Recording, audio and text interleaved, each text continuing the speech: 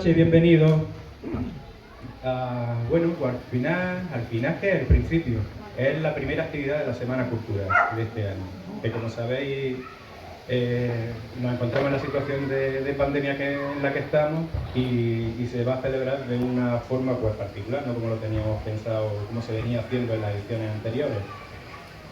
No se van a hacer actividades de las que tan orgullosos estábamos y de las que también estaban funcionando, como el concurso de arroces y algunas cosas de esas, bueno, que no proceden en este momento, y sí vamos a centrarnos más en aspectos culturales, en aspectos lúdicos y ese tipo de cosas. Y bueno, pues es un privilegio empezar hoy con la charla y la conferencia que tenemos hoy en este sentido. Como sabéis, bueno, el Barranco de Vigna forma parte de nuestra historia reciente, de la idiosincrasia de Vigna, y en este último año, sobre todo, pues en estos últimos años se ha venido trabajando ahí.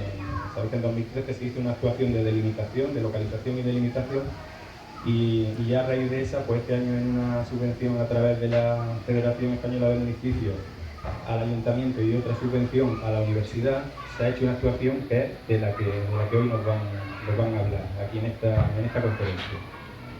Y bueno, como le decía Paco, yo es que no tengo nada que presentar, porque el que sabe hablar bien de esto y el que sabe explicar bien estas cosas es. Y sin más, pues os voy a dejar con él que nos explique en lo que ha consistido esta actuación, lo que se ha encontrado y lo que se presume que hay ahí, y bueno, un poco del futuro que se prevé también. Y nada, pues Francisco Carrión es profesor de la universidad, coordinador del equipo que ha estado trabajando en estos últimos meses aquí en el Barranco de Vigna, y poco más, lo demás ya pues te lo digo. Bienvenido, muchas gracias por la actuación, a ti y al equipo, y expectantes estamos a ver lo que nos trae. Muchas gracias. Yo ahora sí, señor. Bueno, lo primero, darle las buenas noches a todas y a todos los presentes. Para mí es un honor y un placer compartir en este espacio al aire libre, nada menos que en el Parque de la Libertad, ¿no? Qué mejor nombre para hablar de la presentación, de los primeros resultados que se han hecho después de la intervención de hace unos meses. Comenzamos después de Semana Santa y terminamos en el mes de junio, del proyecto que hemos llamado Barranco de Vigna, lugar de memoria. Lugar de memoria porque si desde luego hay un lugar de memoria en este lugar, en la provincia de Granada, es este barranco, ¿verdad? Es un proyecto que está liderado efectivamente por la Universidad de Granada y que hemos contado también con la colaboración estrecha de la Asociación Granadina de Memoria Histórica, ¿no? Con la que hemos abordado precisamente este trabajo. También agradecer en el nombre del equipo que coordino y en el mío propio la invitación del excelentísimo Ayuntamiento de Vigna para poder, como dijimos, exponer estos primeros resultados, y sobre todo por todas las facilidades, y no lo digo con la boca chica, lo digo con la boca bastante grande, que nos ha prestado este ayuntamiento para que nuestro trabajo llegara a buen puerto. Reitero nuevamente mi agradecimiento a la Corporación Municipal de Vigna. Quiero decirles también que antes de comenzar, ¿no?, la presentación, puede haber imágenes que quizás puedan herir igual la sensibilidad de alguna de las personas. No somos morbosos en ningún sentido de la palabra, pero sí es verdad que con las imágenes que vamos a proyectar también queremos exponer parte de ese escenario, o mejor dicho, de los escenarios de crímenes de lesa humanidad que se cometieron, sobre todo durante los meses de agosto a diciembre de 1936. Desde aquí quiero también expresar mi solidaridad con el pueblo de Vigna, tristemente conocido precisamente por estos hechos que les he hablado anteriormente, cuando en realidad se trata de un pueblo con unos paisajes excelentes, preciosos, por su belleza singular, con ese Palacio del Cusco, que debería ser ya patrimonio también del Ayuntamiento, y sobre todo por la amabilidad y el cariño con los que nos han recibido su gente en los 2 meses que hemos estado trabajando en el sitio. Y sí es verdad que sobre el tema de la memoria histórica siempre planea la figura de Federico García Lorca, tengo que decirles que Federico efectivamente eran todos. Y nuestro propósito nunca fue localizar la fosa de Federico, y sí la de todas aquellas personas que fueron asesinadas y enterradas ilegalmente en el barranco de Vilna. Ahora, como veremos después, ya me centraré en más. Estamos aquí también gracias a la Secretaría de Estado de Memoria Democrática, que ha apostado muy fuerte por la memoria y por la recuperación de esa memoria. Como bien saben, acaba de aprobar el Gobierno la Ley de Memoria Histórica, una ley que nos va a permitir seguir trabajando en la recuperación de tantas otras personas, no solamente en Vilna, sino en otros lugares de nuestra Andalucía. Y en ese sentido, esta memoria, que pasará muy pronto al Parlamento español y posteriormente al Senado, será una de las herramientas más potentes que tengamos para desarrollar la actividad a la que nos dedicamos. Eso va a significar mayor presupuesto, mayores presupuestos del Estado para todas las asociaciones memorialistas, para las universidades y centros de investigación que trabajan en esta línea. No queremos que el barranco sea un lugar que se conozca por sus fosas. Queremos que esas fosas desaparezcan, que desaparezcan todos los restos de aquellas personas que fueron asesinadas por las fuerzas fascistas que dieron un golpe de Estado a la Segunda República Española. Y en ese sentido voy a pasar ya directamente a la presentación que nos ocupa. Simplemente unas palabras para iniciar la presentación. Como ven, ya solamente en la primera pantalla, el título del proyecto es un proyecto de localización, excavación arqueoforense y exhumación de los restos humanos de la fosa 1 y 2 del barranco de Vilna. También tengo que decirles previamente, y ahora lo verán, que conformamos un equipo de carácter interdisciplinar conformado por arqueólogos, antropólogos físicos y forenses, sociólogos, etcétera, etcétera. Así que pasaremos a la primera. Como ustedes saben, Granada sufrió la represión fascista a inicios del golpe de Estado contra la Segunda República Española y se manifestó fundamentalmente por las detenciones y fusilamientos sin ningún tipo de juicio previo, donde murieron muchísimas personas, algunas muy relevantes como maestros, diputados provinciales, poetas, como es el caso de García Lorca, o nuestro querido rector de la Universidad de Granada, Salvador Vilá. Salvador Vilá, catedrático de árabe de nuestra universidad y rector de la misma, que fue fusilado en octubre de 1936.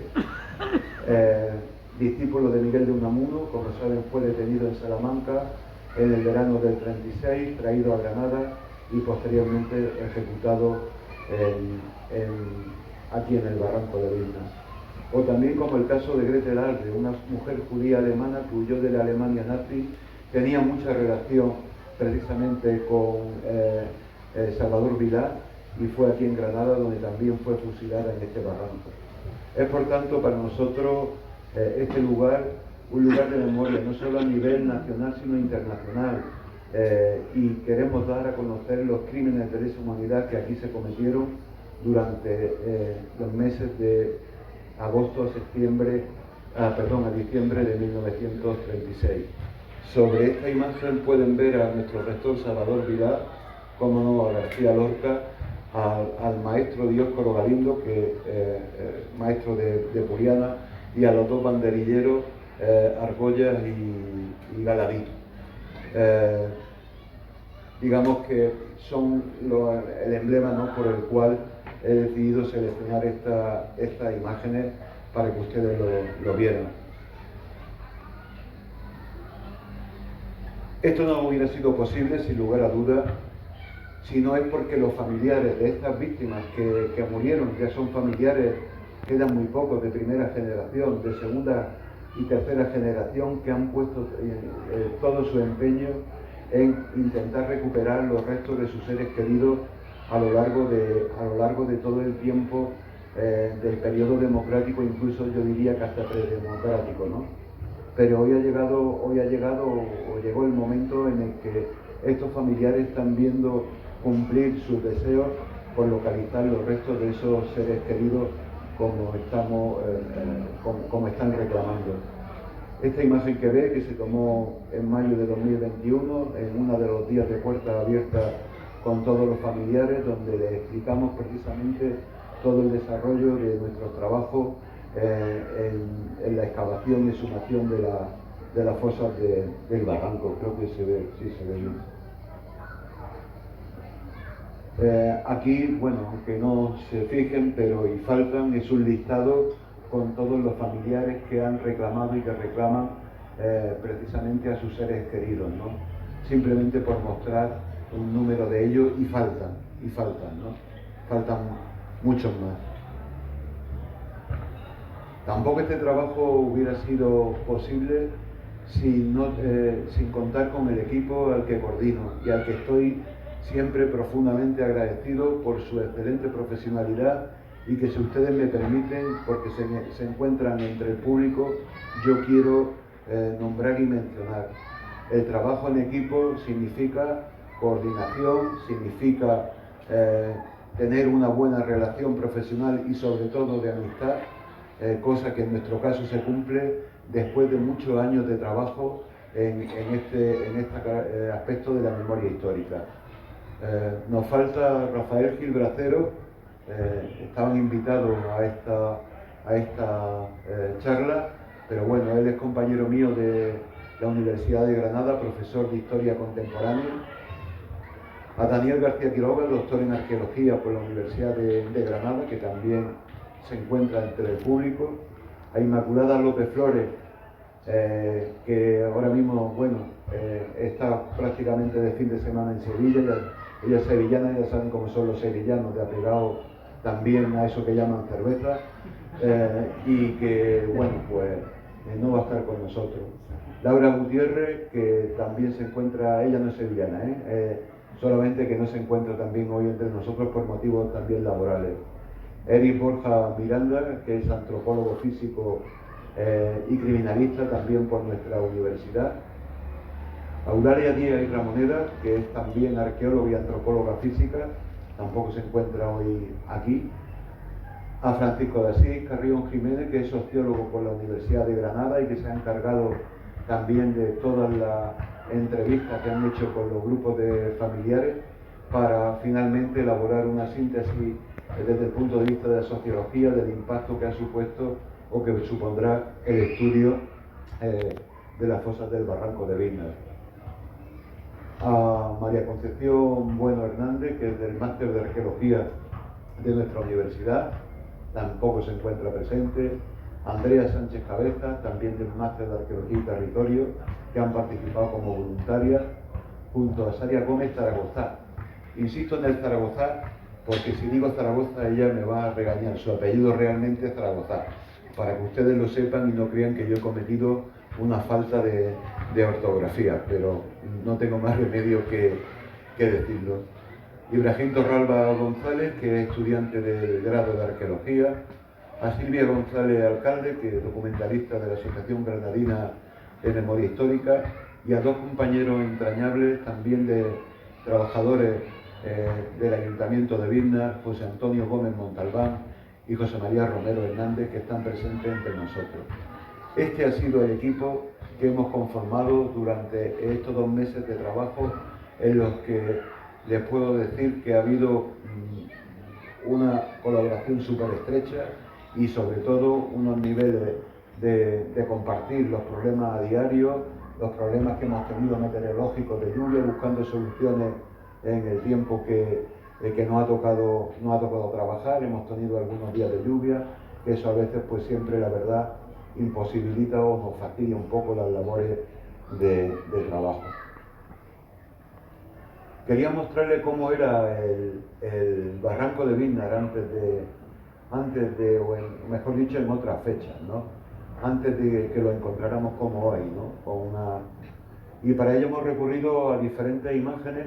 La primera que están viendo En la pantalla es el vuelo americano realizado entre 1945 y 1946, recién terminada la Segunda Guerra Mundial en Europa, y en el que ya, si ustedes observan muy bien, se puede ver perfectamente, a ver si yo atino, la zona del barranco, que aún no tenía la cobertura vegetal que tiene hoy. De hecho, después veremos algunas otras imágenes en las que en 1949, según el archivo de Claude Coffon, todavía esta zona era una zona bastante árida, ¿no? Aunque aquí lo vean también borroso, porque es una ampliación del vuelo americano del 56-57, también se observa el barranco de Vilna, ¿no? Ya con algo de vegetación, pero no tan exuberante como la que tenemos hoy, con los pinos que están ahora mismo cubriendo el área. Pinos que, por otro lado, ya veremos que muchas veces sus raíces, que buscan la humedad, la profundidad y sobre todo un terreno donde tiene buenos alimentos, que son, por desgracia, muchas veces la presencia de esos restos humanos, muchas veces a raíces alteran bastante el registro arqueológico de los restos óseos humanos.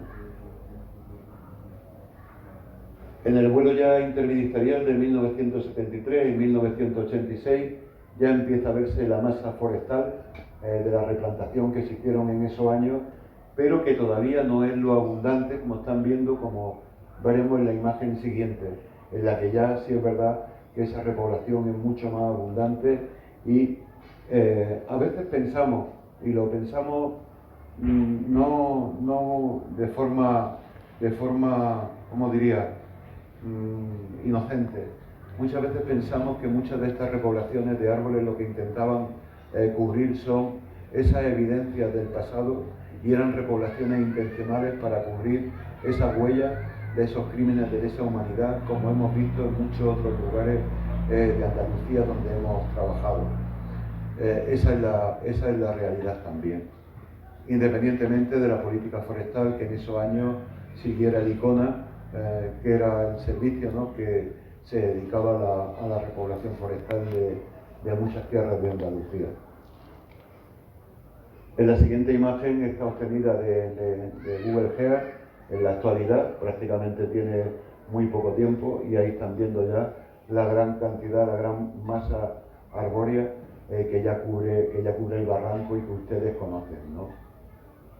Además de eso, no solamente cubre la zona del barranco, sino dirigimos hacia Puerto Lobo. Toda esa masa forestal también está puesta a propósito ahí, porque todos sabemos y todos conocemos también que en Puerto Lobo hay también numerosas fosas o lugares que se utilizaron como fosas para enterrar también, aparte de todos estos represaliados por los fascistas en esa época, desde Puerto Lobo hacia el barranco de Vilna.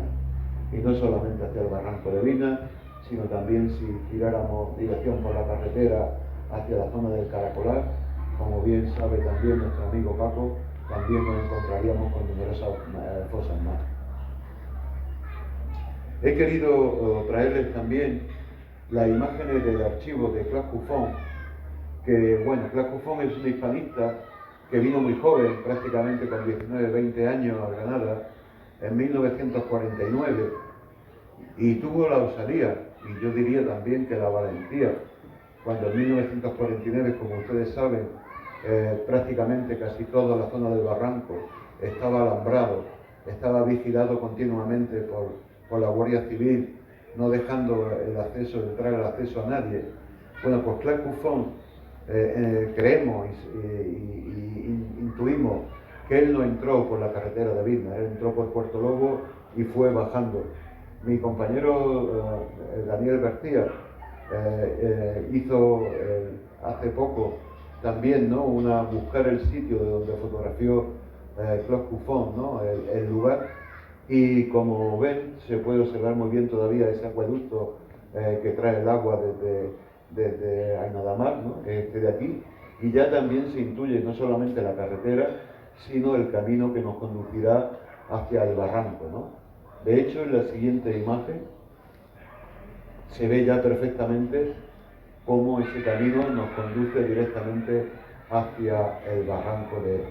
Y como ven, ahí está una vegetación subesteparia típica de un lugar semiárido como era este, y en el que no había ningún tipo de vegetación arbórea, que la verdad es que también nos hubiera favorecido mucho y facilitado mucho el trabajo, aunque ya sabemos que los árboles son también los pulmones, ¿no?, de este lugar, ¿no? Bueno, he querido ponerle una imagen de la última visita de Claude Cuffon al barranco de Vidna, de este señor ya mayor, ya él vino con 19, 20 años, y bueno, él cuando... Este archivo se encuentra en Fuente Vaquero, ¿no?, en el famoso archivo que hay, ¿no?, sobre Lorca y su mundo, ¿no? Y él ya en esta visita he puesto no solamente esta foto que él marca como la fosa de Lorca, sino también el reverso, ¿no?, donde dice que Federico García Lorca estaba enterrado ahí. Bueno, todos sabemos que el enigma de la fosa de Federico va a seguir ahí, y creo que seguirá durante mucho tiempo. Ya se han hecho demasiados intentos, tanto por parte de la Universidad de Granada, Miguel Caballero, que también está aquí, hemos hecho ese esfuerzo en la localización de la fosa y por desgracia pues no ha aparecido, y creemos que en mucho tiempo no aparecerá, no por Federico, sino precisamente por la familia de Dioscoro Galindo, por Nieves Galindo, que sigue reclamando la búsqueda de su abuelo. El Tribunal Constitucional, como saben, ha desestimado también esta otra posibilidad, y sabemos que lo han llevado a Estrasburgo, al Tribunal Constitucional Europeo, ¿no? Bueno, yo creo, mi opinión particular, que si hay que saber dónde está la fosa de Federico, igual hay que preguntárselo a su familia. Yo al menos soy de esa opinión. Bueno, ya dejando esto, nos haremos la siguiente pregunta: ¿cuántas personas fueron realmente asesinadas y enterradas ilegalmente en el barranco de Vidna durante los meses de agosto a inicios de diciembre de 1936? Bueno, siempre encontramos un imaginario colectivo, siempre se dicen miles de personas. Nosotros sabemos que el tiempo pasa factura. El tiempo pasa factura porque han pasado prácticamente 80 años y queda muy poca gente de esa generación. Pero a lo largo de esos 80 años, esa imagen del pasado se ha ido deformando, ¿no? Y a veces ya nos ha pasado no solamente aquí, nos pasa actualmente en el cementerio del Padul, donde también estamos trabajando miles de personas. O como también se habla de la famosa fosa en el Carrizal en Órgiva, de miles de personas, de los que venían de la carretera de la muerte, es decir, de las personas que huyeron desde Málaga y incluso otras provincias, con el bombardeo de la armada fascista de la época, de los dos cruceros, y no solamente de eso, sino de los barcos alemanes e italianos que bombardeaban la huida de la población civil hacia zonas republicanas, hacia zonas de Almería, ¿no? Pues también se habla en el Carrizal de miles de personas. Nosotros por precaución siempre quitamos un cero. Si son 1000, vamos a intentar mantener una cifra entre comillas de 500. Bueno, pues no hacemos caso a ese imaginario colectivo. Quizás, bueno, pues hay dos argumentos. Eduardo Molina Fajardo, que escribió, bueno, él no llegó a terminar la obra, la terminaron su hijo Fernando y Eduardo, los últimos días de García Lorca, en los que Eduardo Molina Fajardo, que fue director de Patria, él era falangista en 1936, y siempre intentó exculpar a la falange de la muerte de Federico García Lorca. Él estima, porque, bueno, nadie más que él tuvo mejor acceso a los archivos, y todos lo conocemos. De eso, esos archivos casi eran de propiedad casi particular, y él tuvo la suerte que no tuvieron otros investigadores de acceder a esa información. Y él siempre dijo que había más de 173. Pero claro, más de 173, no sabemos cuántos más de 173. Él en esos archivos sí es verdad que publica un listado de personas, de su procedencia y demás, pero no de todas. La Asociación Granadina estima que están en el entorno de las 300 personas y bueno, jugamos siempre con esa hipótesis. En este caso, ahora hemos recién comenzado nuestra intervención en el barranco y como verán, bueno, falta mucho por trabajar para llegar a ese número de personas. También hay que hacer un poco de historia de la investigación, ¿no? Porque antes que nosotros hubo otros compañeros que estuvieron trabajando en el barranco de Vilna. De hecho, creo que Joaquín se ha referido antes al proyecto de indagación, localización y delimitación de las fosas comunes de Vilna. Bueno, pues en 2013 se publica los resultados de los años anteriores en los que se habían intervenido por mi compañero, que no sé si esta noche estará por aquí o no, lo diré, ahora se me ha ido el nombre de mi compañero, vaya. Iván Sánchez Marcos, perdonadme, Iván Sánchez Marcos. Ahora mismo él no está con nosotros, entre otras cosas, porque sacó unas oposiciones, ¿no?, como arqueólogo en el Ayuntamiento de Almuñécar y trabaja profesionalmente allí, aunque sí es verdad que algunos días que otros nos ha acompañado en el trabajo. Bueno, la metodología que utilizó fue una metodología de carácter geoarqueológico que consistió precisamente en obtener muestras de sedimento mediante perforaciones que se hacían de forma manual y de forma mecánica de sedimento del subsuelo de cada uno de los lugares que se entendían que eran fosas. Prácticamente el 15% o el 20% dieron resultados positivos. Esa metodología le permitió, en aquellos que dio resultados positivos, intervenir superficialmente para localizar la fosa. Pero no es, bueno, era una técnica de aquel momento. Nosotros también la utilizamos en el campo de la geología a la hora de otro tipo de estudios, ¿no?, y relacionados exclusivamente con aspectos bien de la minería, bien de la hidrogeología o bien incluso de la geofísica y de la geotecnia. Pero en el marco de la arqueología los resultados a veces pues un poco como jugar a los barquitos, depende de dónde haga el sondeo para que uno pueda tener éxito o no tenerlo. En este caso, a partir de esos sondeos, ellos comenzaron con trabajadores también de aquí, del Ayuntamiento de Vilna, en un número bastante importante. La pena es que se vean tan mal las imágenes porque están escaneadas de la memoria que él presentó, pero ya en algunos de los casos, en este sondeo de aquí, ya se ve en este círculo el cráneo de uno de los individuos y arriba, bueno, el trabajo que estaban realizando en ese momento. Esto se hizo en el periodo en el que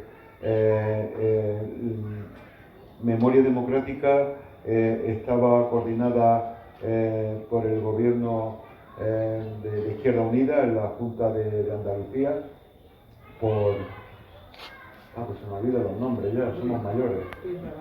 Pues efectivamente, por Luis Naranjo, y que realizó nuestro compañero Iván. Aquí están viendo también, ¿no?, un detalle, ¿no?, de esta carota se ve con mucha claridad, ¿no? Además el proceso como él dice, de putrefacción de la tibia, que se asienta sobre este cráneo, ¿no?, que están viendo aquí. Y estos son algunos de los sondeos que él hizo en superficie donde aparecían esos restos. El objetivo era precisamente intentar delimitar y asegurar que esas fosas realmente estaban ahí.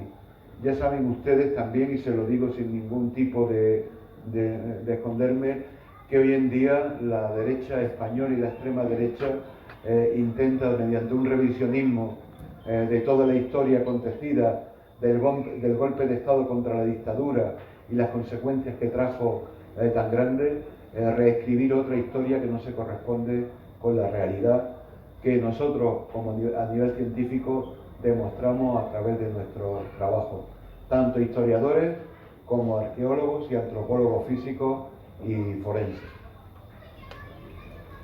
Otra de las imágenes de esa intervención que publicó Iván Sánchez en 2013, donde también ya se observan algunos restos más, como estos que estáis viendo aquí, y la superposición correcta de algunos de los individuos, es decir, que habían superpuesto varios individuos uno encima de otro.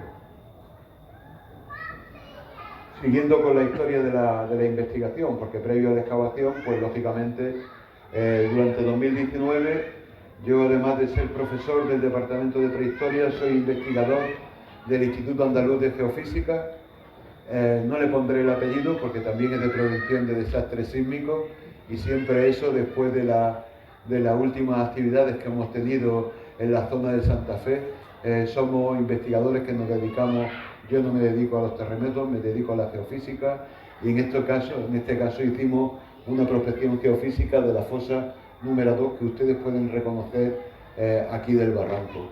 La hicimos con una tomografía eléctrica. Esto es un tomógrafo que se alimenta con una batería y que, mediante unos electrodos que se clavan en el suelo, que ahora verán en la siguiente imagen, esta es la fosa número 2, esta sería la cerca, ¿no?, que han visto antes, y en el que trazamos 3 perfiles, uno longitudinal y 2 transversales, P1, P2 y P3. Estos serían las losas de los memoriales que se encuentran allí sobre la topografía previa que realizamos.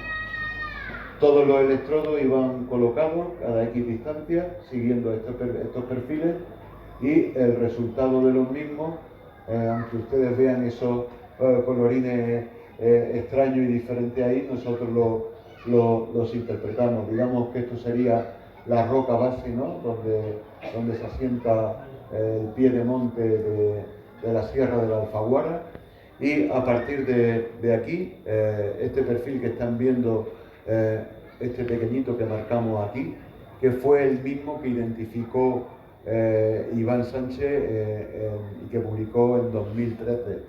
Si ven estas manchas que están viendo aquí de esa coloración, significa que hay un tipo de anomalía, lo cual no significa que ese tipo de anomalía necesariamente se corresponda con una fosa, pero sí es verdad que algunas de ellas se corresponden con algunas de las fosas que veremos a continuación. Explicarles detalles sobre este procedimiento, bueno, me parecería excesivo, porque lo que tenemos que pasar ya directamente es al proyecto que hemos realizado durante este año, y tampoco quiero extenderme mucho y dejarles a ustedes que puedan después participar con nosotros, con nuestro equipo, en todas las dudas que les puedan surgir. Bueno, pues como están viendo, este proyecto, que se comenzó prácticamente después de Semana Santa, pues fue financiado por la Federación Española de Municipios y Provincias, solicitud que realizó el Ayuntamiento de Vilna, y tenía por objetivo pues también la delimitación y sumación de restos óseos mediante técnicas arqueoforenses, y que duraron prácticamente 8 semanas de trabajo de campo.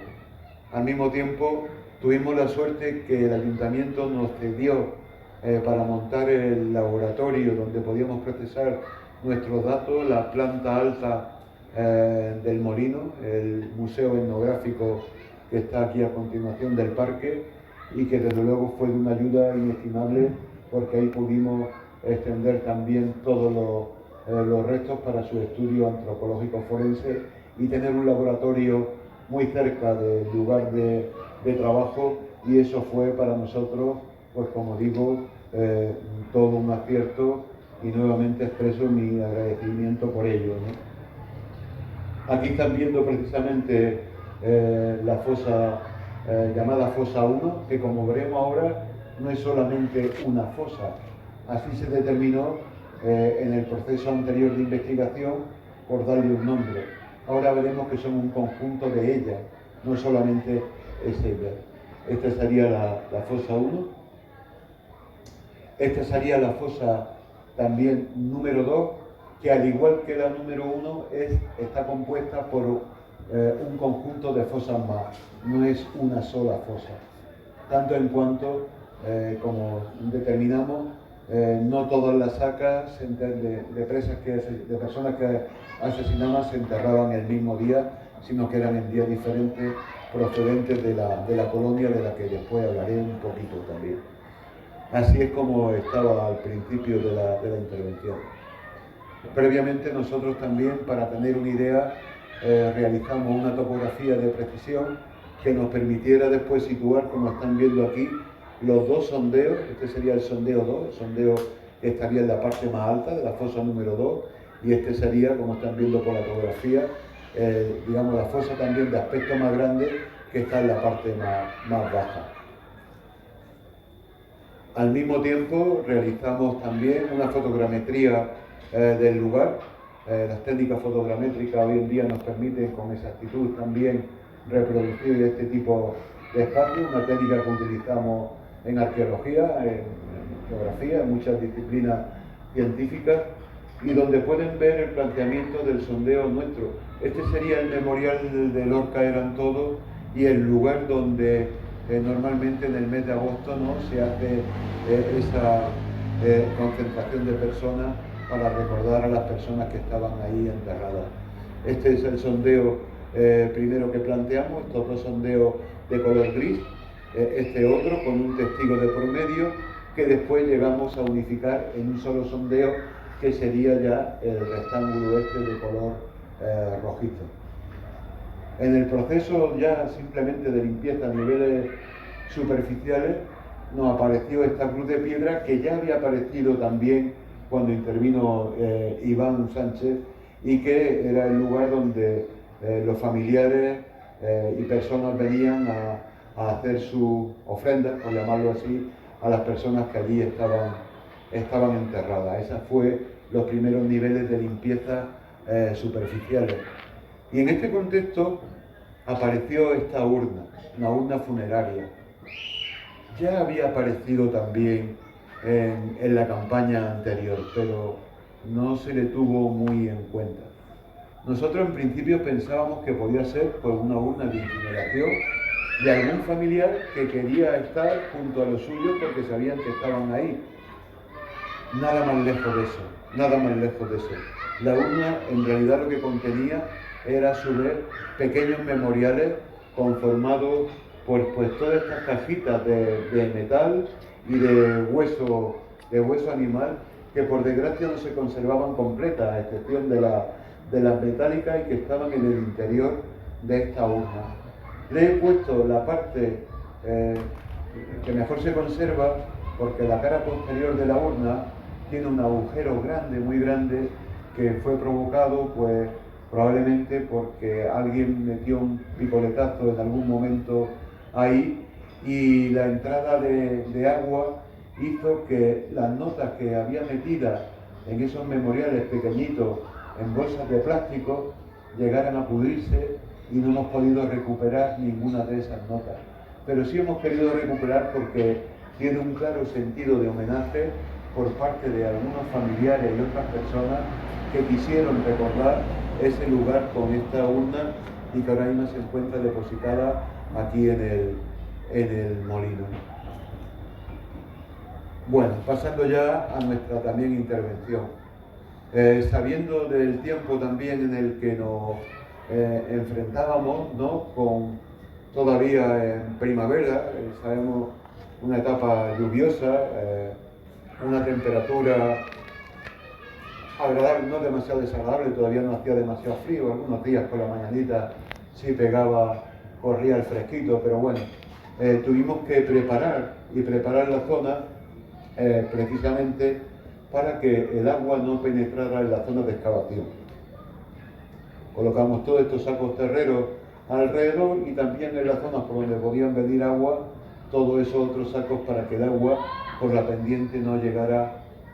Y además de eso cubrimos con una jaima, una carpa, sus ancestros melillenses, y lo llevan a decirle a jaima a estas carpas que nos servían para proteger, no a nosotros, sino para proteger los cambios bruscos de tiempo, la entrada de agua, los cambios bruscos de calor a frío, y que no afectara el registro arqueológico, sobre todo el registro arqueoforense. Esta es la época en la que estábamos montándola. Ya habíamos desmontado parte de esa cruz, solamente quedaba la parte de abajo, ya los brazos y la parte alta la habíamos desmontado. Y esto forma parte también ya de los primeros trabajos iniciales en la fosa número 1. Bueno, nuestro trabajo es muy meticuloso, no es un trabajo de pico y pala simplemente, cuando lo es hasta llegar a los niveles que nos interesan, a los niveles en los que están depositados ya los restos humanos. Y es un trabajo de pincelitos, de espátulas muy finitas para poder, como ya ahora verán, tratar a los restos humanos. Y ya el primer elemento que nos apareció de violencia, aunque vean este tamaño grande, es un casquillo de un proyectil de 9 milímetros, que ya indicaba un primer elemento de esa violencia hacia las personas que fueron asesinadas. De hecho, ya estamos, imagínense, ¿no?, para acceder al registro funerario, como lo determinamos. El trabajo es muy lento, hay que trabajar con mucha precisión, porque tengan en cuenta que además tenemos que individualizar cada uno de los cuerpos que aquí localizamos. Y muchas veces, como esta imagen que están viendo aquí, puede haber hasta 2 o 3 cuerpos, incluso hasta 4, que se encuentran uno encima de otro. Es por eso que nuestro trabajo tiene que tener unos niveles de precisión muy grandes. Por eso el trabajo se ralentiza tanto. Y de hecho, lo que estamos viendo aquí en este individuo que están viendo aquí, su cráneo, con una entrada de un proyectil de 9 milímetros, que es de este tipo, el que están viendo aquí, es un orificio de entrada característico, que tiene una característica, además, que se da prácticamente en la totalidad de los disparos que se hacen en las zonas parietales o en otras zonas del cráneo, con una entrada y una salida que después ahora aquí no se ve, pero la salida aparece el cráneo en el reverso muy reventado, generalmente con la salida en forma de estrellada, ¿no? Y es que es el producto precisamente del impacto del proyectil a la salida. Generalmente esos disparos se hacían con el 9 milímetros.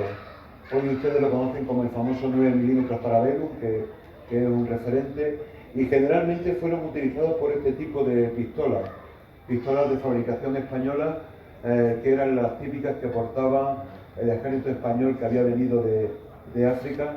Son las famosas Astra, tanto en calibre largo como en calibre corto, conocidas también como el puro, ¿no?, por ese cañón cilíndrico.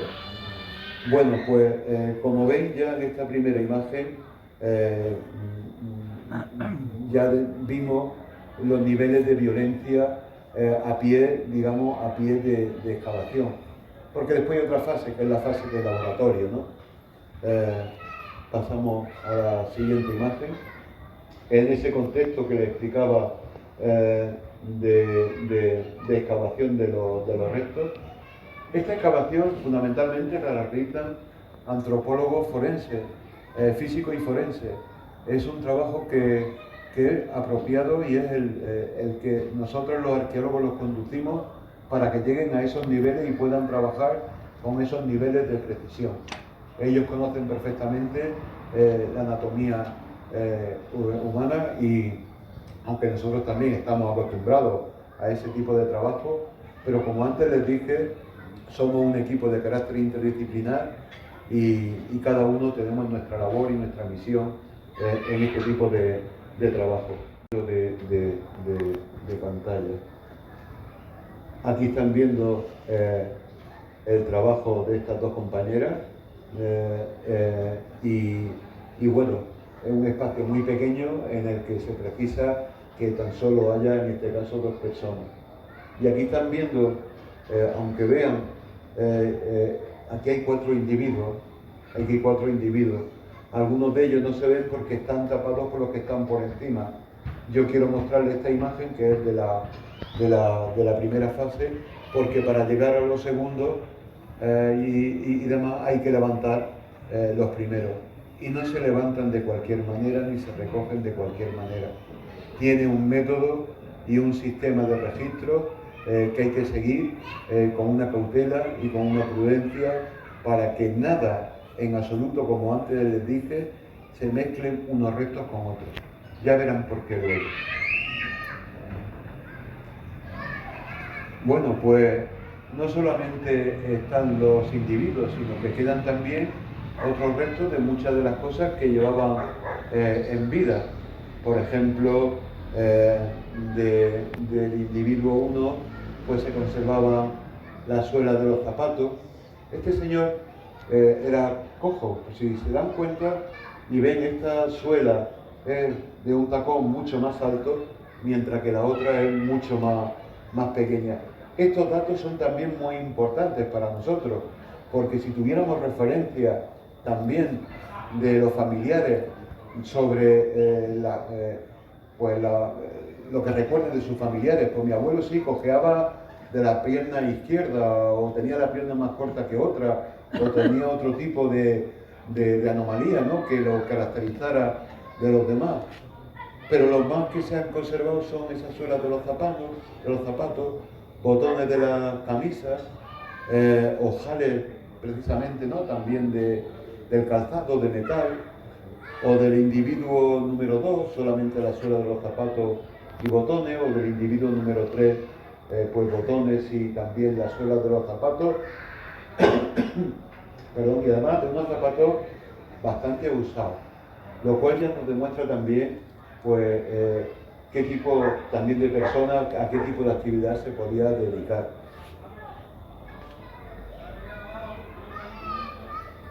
Del individuo 4 no he puesto ninguna imagen, ya han visto, un poco por evitar, ¿no?, que haya muchos restos esqueléticos de por medio, pero sí le he puesto lo que hemos podido recuperar también de su persona, y en este caso es bastante interesante, porque era una persona que tenía una prótesis dental, que tenía un protector inguinal como este que están viendo aquí, del que se conservan estos restos, probablemente por una hernia inguinal o de otra naturaleza, los restos de las suelas de sus zapatos y también botones, ¿no?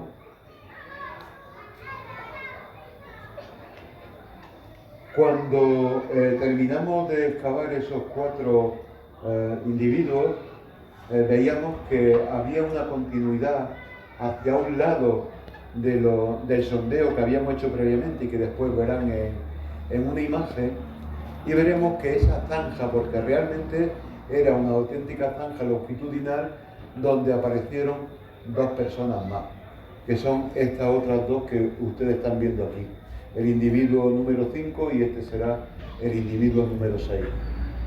El individuo número 5 conservaba todavía los restos de un lápiz de grafito, la suela de los zapatos, botones, botones eran de nácar, eran los botones de la época, algunos otros botones metálicos y una villa que podía ser de un cinturón o de cualquier otro tipo. La escala se lo puede decir, estos son escalas de 10 centímetros, de 5 centímetros, como están viendo aquí. Y aquí también pueden ver la disposición en la que se encuentran también estas 2 personas, también una sobre otra. Esta es igual que la anterior, solo que hago referencia al otro individuo, al número 6, que es este de aquí. Antes me refería a este señor y ahora me refería a este.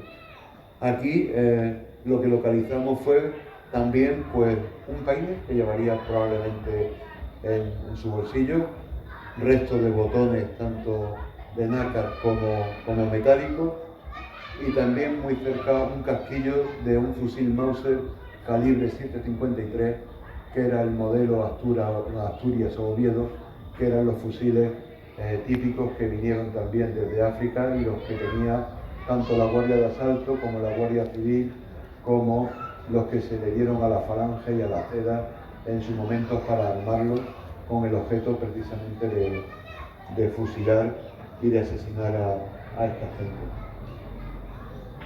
Es lo que le decía, este era el sondeo número 1, el de abajo, y en el que, si ven, aquí estaban estos 4 individuos, y en esta ampliación que hicimos, esta sería la zanja donde aparecían los 2 más que vieron anteriormente. No nos ha dado tiempo a montar la imagen, y todos estos puntos verdes los que indican son elementos del registro funerario que nosotros hacemos. Y en el proceso de excavación, esta mancha que están viendo aquí es otra fosa mucho más grande que la anterior, de la que tenemos ya la presencia, si no recuerdo mal, de un cráneo ya aquí muy en superficie, y que además, con toda probabilidad, esta fosa continúe justamente hacia este exterior, y también, al igual que esta otra, pueden existir otras que se abran hacia esta parte alta, más alta del sondeo. Lógicamente, en este tiempo no nos ha dado lugar a poder realizar más sondeos, pero como ya le anunciaré luego, bueno, pasaré lo más rápido posible. Esta sería la fosa de arriba, la fosa número 2, llamada así, y lo que están viendo aquí es un primer planteamiento en el que hicimos solamente 2 sondeos y en el que después unificamos no solamente estos 2 sondeos, sino que ampliamos la excavación de la superficie de excavación arqueológica. Aquí un momento del desarrollo, ¿no?, de este gran sondeo. Aquí tendrían la famosa valla esta de madera que hay colocada y el proceso de trabajo en el interior del sondeo. Y bueno, pues también en el desarrollo de la excavación, todo esto que están viendo aquí marcado con estos colores más marrones son fosas, 7 fosas más, que tampoco prácticamente no nos ha dado tiempo a intervenir tan solo en una, y desde el que solo hemos podido intervenir sobre 2 individuos que verán a continuación.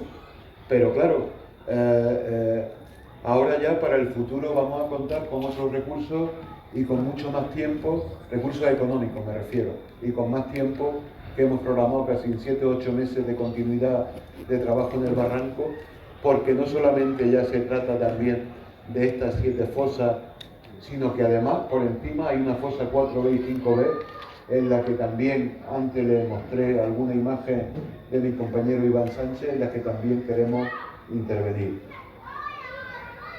Pues justamente en esta de una de las fosas que excavamos aquí aparecieron estos 2 individuos que están viendo aquí.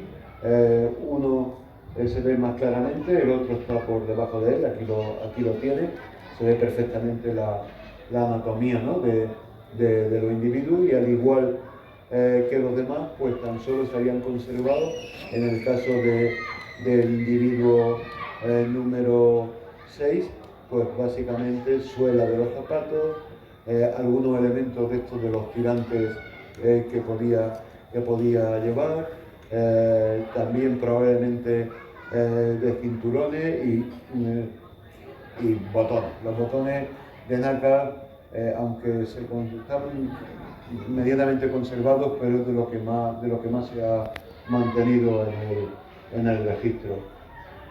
Y del individuo número 8 también interesante, pues lo mismo casi que los demás, a excepción de una cosa, bueno, suelas de zapatos, botones, a excepción de esta moneda, que es del Imperio Sharifien de Marruecos, que por un valor de 50 céntimos. Saben que era también la moneda de la época tanto del protectorado español como francés en el norte de África en los años 20. Seguramente esta persona pudo estar en África y llevar esa moneda como recuerdo y que apareció en el contexto funerario. Uy, aquí ha habido... Bueno, teníamos también una obligación. Tuvimos todos los permisos oportunos. Saben que esto es un parque natural, ¿no? Y que el parque natural tiene su propia norma de uso y gestión, y también nos obligaba a restaurar el paisaje que nosotros en el que habíamos intervenido. Así que había que volver a tapar los lugares donde habíamos excavado. Previamente, todo lo que habíamos excavado fue protegido con unos elementos que son de geotextil, para que cuando volviéramos en la próxima campaña distinguiéramos la parte que hemos repuesto para recuperar el volumen excavado de la parte original donde tenemos que intervenir, ¿no? Entonces, las propias normas de uso y gestión del parque pues nos obligaba, y además no solamente porque nos obligara, sino porque sabíamos que iba a pasar no mucho tiempo, pero sí unos largos meses en los que interesaba proteger y conservar los espacios donde habían sido localizadas esas fosas a superficie. También teníamos un poco la barbarie, como ustedes saben, hay gente para todo, y no queríamos que esos espacios funerarios se vieran alterados también por la acción de este tipo de personas que se podían dedicar a interferir nuestro trabajo. Bueno, pues aquí están viendo que en este caso con una pequeña máquina pues pudimos extender todo el sedimento que habíamos sacado en la campaña de excavación y de exhumación, y finalmente pues hoy en día el aspecto que tiene es prácticamente el mismo, y en agosto le permitirá a los familiares y otras personas que vengan a celebrar, más que a celebrar, a conmemorar el acto, ¿no? con las personas de la fosa, que se lo encuentren en la misma disposición. Al igual en el otro lugar, no nos cabía la menor duda que había que hacerlo. Bueno, yo antes de finalizar les puedo decir que hemos presentado, y son ustedes los primeros en ver los primeros resultados preliminares, pero también tengo que decirles que con el nuevo desarrollo de la Ley de Memoria Histórica, esto no solamente puede quedar en el caso de Vilna, que se merece un tratamiento muy diferente al que ha tenido hasta ahora en relación, lo digo y lo siento por aquellos que le puedan doler con respecto al FACAR. Y yo rompo una lanza, en este caso la rompo por Vilna, porque realmente donde nos encontramos es el auténtico lugar de memoria. Y en ese sentido, he estado hablando también con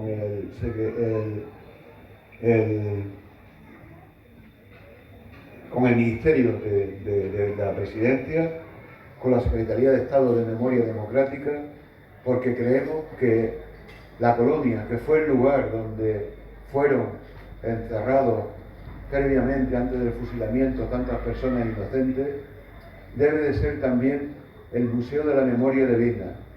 Creo que Vilna se lo merece y que habría que reconstruir ese espacio de la colonia para que fuera el auténtico Museo de la Memoria de Granada, porque no hay otro. Solamente tenemos en las paredes del cementerio de Granada el memorial donde están el nombre de todos, pero realmente Vilna necesita ese lugar museográfico donde podamos explicar a las generaciones futuras las barbaries, los crímenes de lesa humanidad que se cometieron, y qué mejor sitio que ese. Y es verdad que tenemos un cierto compromiso por parte del Ministerio, que habrá que en los próximos tiempos, conforme avanzamos también en el proyecto de investigación nuestro, y con esa nueva ley de memoria democrática que próximamente, como les dije, pasará al Parlamento, podamos acometer entre todas las instituciones, tanto locales como provinciales como estatales, la construcción de ese museo, y desde aquí yo hago un llamamiento también para que eso sea una realidad en un futuro próximo.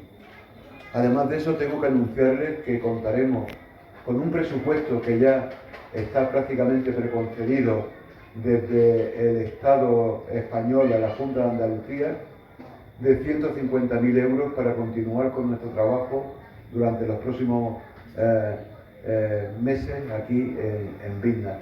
Y eso es una buena noticia, y este pueblo se lo merece con creces. Y yo creo que, si no me equivoco y la memoria no me falla, me queda por hablarles de la repercusión que ha tenido también los medios de comunicación social.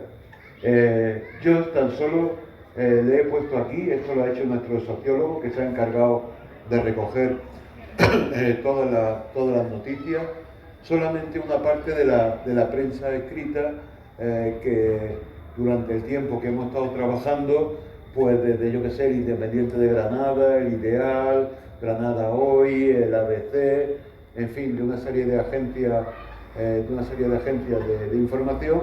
No he puesto aquellas que son de la televisión, porque sí es verdad que ha venido Canal Sur y otros canales, pero sí es verdad que ha tenido también un impacto que en la gráfica que hace nuestro sociólogo, y que ustedes pueden ver, por la repercusión que han tenido a nivel local, a nivel nacional, en este caso, lo que produjo la presentación del proyecto, bueno, etcétera, etcétera. Es decir, que ha habido una repercusión importante y que, claro, hubiera cambiado mucho. Ustedes no saben lo que me preguntaban los periodistas siempre. La primera pregunta, ¿cuál era? ¿Se lo imagina? ¿Dónde está Federico? ¿Vale? Bueno, pues lo que, si hubiera sido buscar a Federico, le digo que hubiéramos sobrepasado los niveles de incidencia a nivel de todos los medios de prensa. Pero Federico, yo le recuerdo que eran todos. Y muchísimas gracias por haberme escuchado. No sé si he utilizado mucho tiempo y le habré dado mucho la brasa con esto, pero estoy a su disposición para cualquier duda o pregunta que ustedes quieran hacerme. Así que muchas gracias.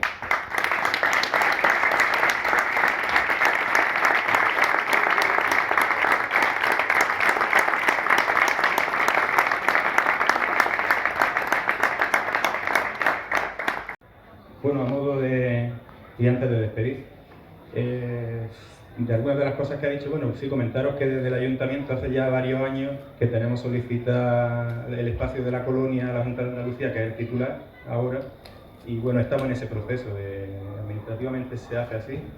Nosotros hemos solicitado la cesión, a ver si llega, si hace, nos lo ceden, ya podemos ir trabajando tanto en el Patronato García Lorca como en otras instituciones. Y llevamos tiempo diciendo pues algo como lo que ha dicho, es que hay que cerrar el círculo. Donde nació Lorca está ya en pleno rendimiento. Rendimiento no es la palabra adecuada, pero lo digo coloquialmente en ese sentido. La huerta de San Vicente, en Valderrubio, la Fundación García Lorca en la Romanilla, y lo que falta es pues cerrar el ciclo con la muerte de Lorca, que pues, desgraciadamente fue aquí en Vilna.